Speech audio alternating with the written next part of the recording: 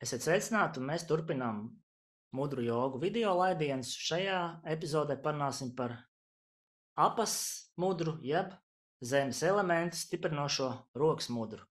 Ja, tātad, kā mēs varam stiprināt sevī ūdens elementu, un kas vispār ir ūdens elements? Ūdens elements mūsos izpaužās kā plūdums, kā elastība, kā spēja pielāgoties dažādām dzīves situācijām, tā skaitā arī sarežģītām. Ja? Ūdens elements mums palīdz plūst pa dzīvi. Ja? Un attiecīgā rokas mudra, jeb apas mudra, ir mazais īkšķa gals savienojās ar īkšķa galvu. Pārējie pirksti taisni uz priekšu, un šādā te veidā mēs turam rokas un kāds 5-10 minūtes varam meditēt uz šo elementu, iztēloties ūdeni, jūru, domāt par šīm kvalitātēm. Mēģiniet savās meditācijas sesijās un plūstiet pa dzīvi. Visu gaišu, Om Shanti!